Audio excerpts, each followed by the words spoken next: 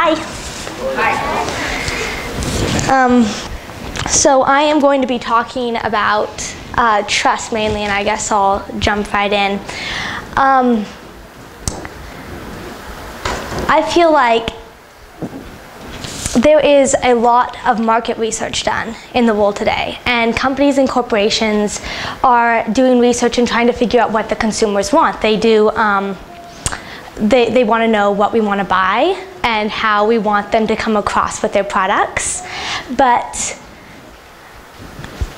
the only problem is, even though we get what we want and we hear what we want to hear, it's not authentic. And so they don't establish the bond of trust that they should have with their customers. And I feel like people, we as individuals, we do that to a certain extent as well. Well, more subtly. We don't go around and do social research and find out exactly what people want to hear. It's called going with the flow, and it's called fitting in. It's called getting comfortable.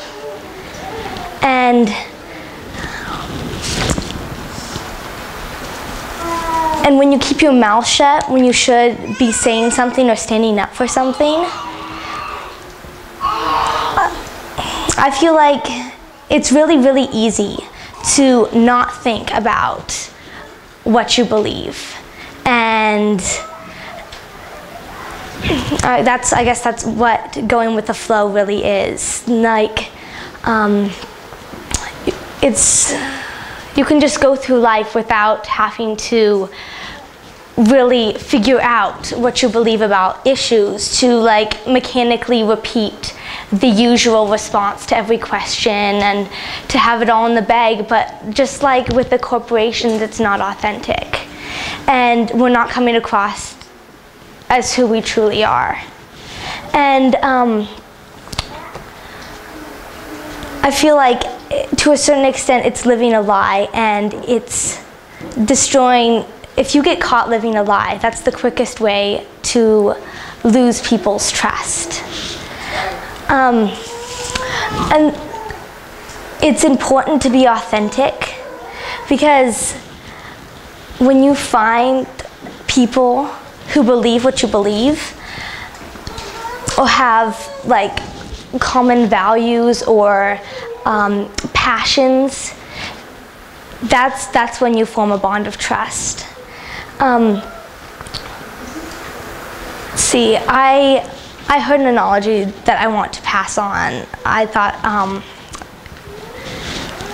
talked about this issue. Like, if I were to tell you to go out on a crowded street and find everyone who believe what you believe, you know how you would do it. You would start up conversations, you would ask questions, and there's a really big chance that you wouldn't find everyone who believed what you believed on that street. But if I asked you to go out on that street and find everyone who was wearing red hats on that street, that would be easy. There's one right there, one right there. There's 3 people who believe what you believe, or who are wearing red hats on the street.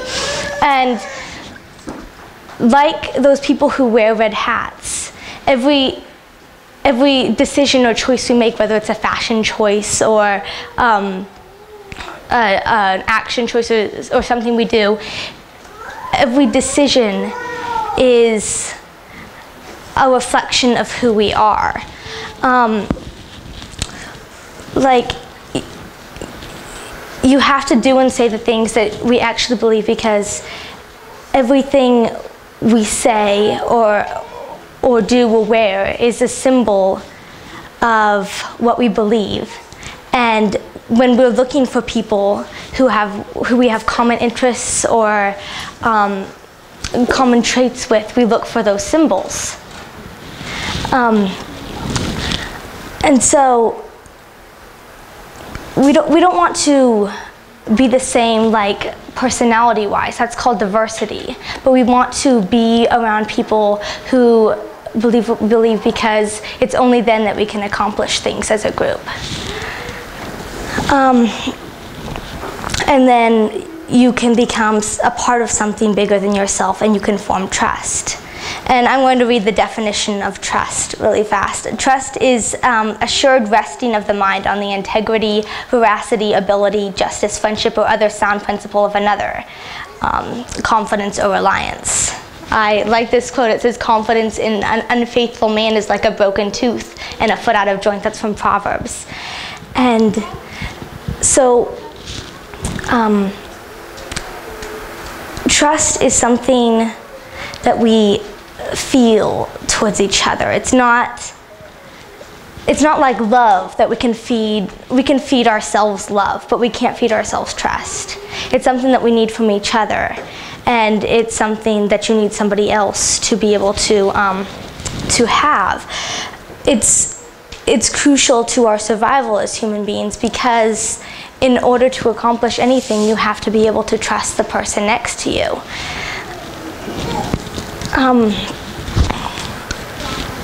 I've been playing volleyball on like my high school team, and one of the main reasons I love it is because I feel like that there's hardly anywhere you can go that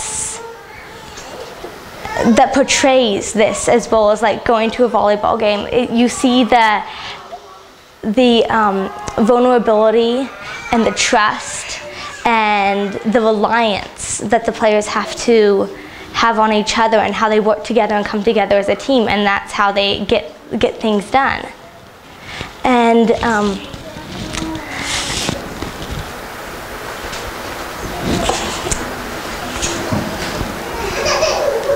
in like that aspect, and even in life, we're responsible for people around us, and but in order to form that trust, or that where we feel responsible, or to get that accountability, we need to have some form of common ground. I want to tell a story about honor and how that fits in with trust. How if you can establish trust and honor, if you can build honor upon your word, then that's when you start seeing results. Anyway, I really like this story. It's a legend from Sicily, and it's about these two friends who lived long, long ago, named Damon and Pythias. And they were young men, and they grew up together, and they had things in common, but they were definitely diverse. And Pythias's diversity got him into trouble one day, because he was dabbling in rebellion, and he was making a speech about how the king shouldn't have as much power as he happened to have. And the king got wind of it, and he had Pythias brought before him. And of course, Damon accompanied Pythias because they were really good friends. And King Dionysius, he basically told Pythias that he couldn't have that kind of rebellion in his country, and he sentenced him to execution. And Pythias, like any young man, had a lot of loose ends, and so he asked to go and visit his family one last time and to tie up his loose ends. And the king said, "You gotta be crazy, why would I let you go now? You never come back, I just sentenced you to execution." And Damon stepped forward and offered himself and to take Pythias's punishment if Pythias did not return on the date that he said he would. And so the king was surprised and amused, and so he let Pythias go, and Pythias sailed away to go and visit his family one last time, and Damon stayed with the king, and the king was told him every day, "Well, I hope you're ready for execution. Your friend's not coming back. There's no way."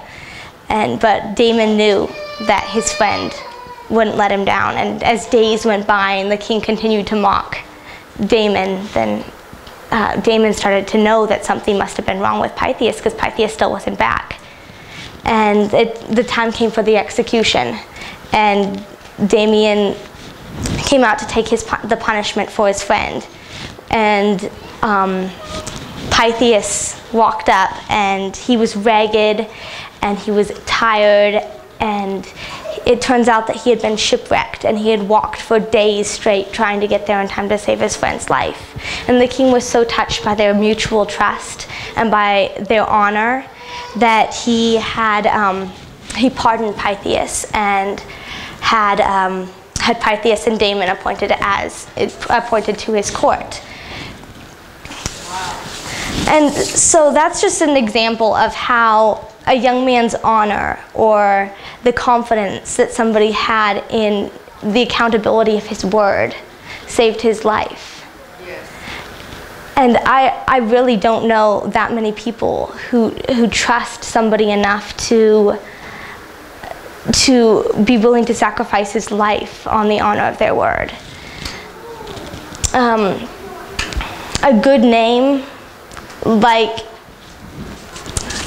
goodwill, can be got by many actions and lost by one. That's a quote that I heard, and it's so true, because I feel like sometimes we as human beings have a tendency to focus on the negative side of things. Like people can do all good deed after good deed, or all these wonderful things, and we don't notice till they do it a couple times, and they do one bad thing and we forget about all the good they did. But it's really important to protect your honor, the honor of your word, and the honor of your character by your actions. Like in the story that I just told, those were the days when a young man would be willing to sacrifice his life if he heard that there was a possibility of a slur against the honor or the integrity of his family or himself or somebody he loved. And he would be willing to sacrifice his life to protect that honor or the integrity of their names. But obviously we can't all luck out like Pythias and get there on the morning of. We're definitely going to let our friends down sometimes, or our family, or whoever it happens to be. But on the other side of that, though, if people do let us down, then God gave us so much grace. We just have to extend that grace, because things happen. It happens to all of us. And even if we, like I was talking about earlier, if people are always talking about what they believe and standing up for what they believe, the things people believe are going to have to shift and change sometimes, because that's the only way they can be progress. And if you feel like somebody is not being authentic, or not being as faithful to their word or character, or you feel like they're letting you down, or the person that you think they are not who they really are, you just have to move past it and love them anyway, and find those common traits and see the good that they do. Like I used to always go to my sister for relationship advice, and she would tell me that a relationship is a commitment, and when you enter into any relationship, you're committed to make yourself vulnerable and let them hurt you, or whatever it happens to be, and over and over again even, and forgive them and continue to love them, because that's how Christ loves us. But one thing that I think I talked about last feast, I think too, is we need to be so careful about gossip, because there is nothing that undermines the honor of our word or our integrity or our good character like gossiping. If I didn't like somebody and I were to gossip about them, and of course everything is pretty much full circle, so I'm sure they'd hear about it eventually sometime, then that would destroy any chance I ever had of being a light to them. If I ever needed them to trust me, they never would. The people who heard me gossiping about them, if I were to gossip about one of my friends, then the other friend, other friends will know that I do the same thing to them. It destroys the workability of your word. Because like parents are a very good example of trust. Like I've talked to a lot of teenagers, and teenagers know that the more trust that your parents have in you, the more freedom you have to just literal freedom. But it's because your trust or your honor created a space of workability. And like in the story, Pythias and Damon, because Damon knew that Pythias was a man of his word, it created that space of workability for Damon to be willing to perhaps give his life, because he knew that Pythias would try to keep his word. And I mean, even though an accident happened to him, he still managed to do that. And for Pythias, that created a huge space of workability for him, because he had that established character. There's another quote that I like. It says, "In scandal, as in robbery, the receiver is always as bad as the thief." And it's so true.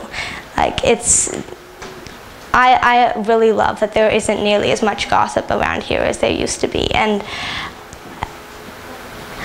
it's just really, really important. And when I was studying trust, I was looking up a bunch of verses, and trust is mentioned, I believe, like a little over 130 times in scriptures, and 120 of those are talking about trusting God.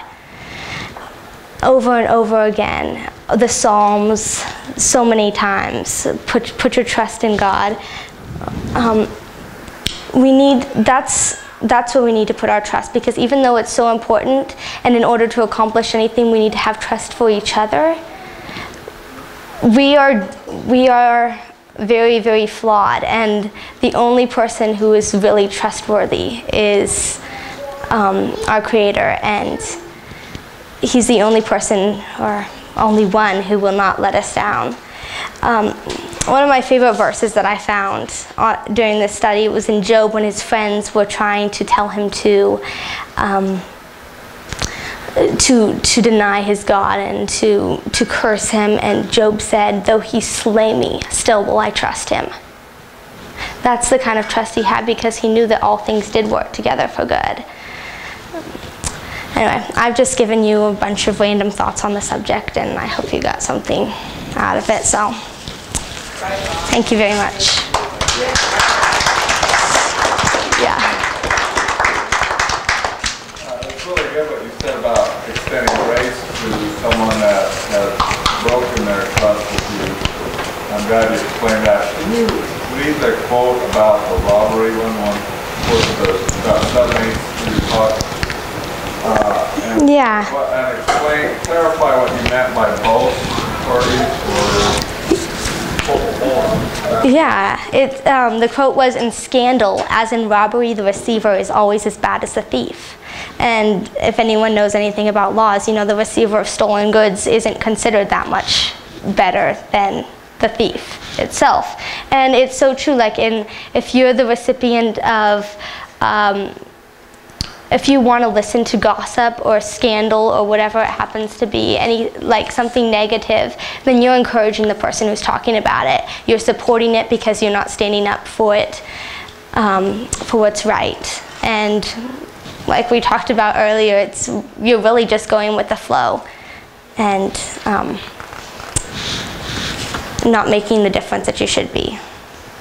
Thank you for clarifying that. That would mean that if you're listening or participating, instead of like if someone would tell you something negative about someone else, it would be better to nip that in the bud with them and say whatever that you didn't want to. Yeah, or not say anything at all. Yeah. You can go right to that person.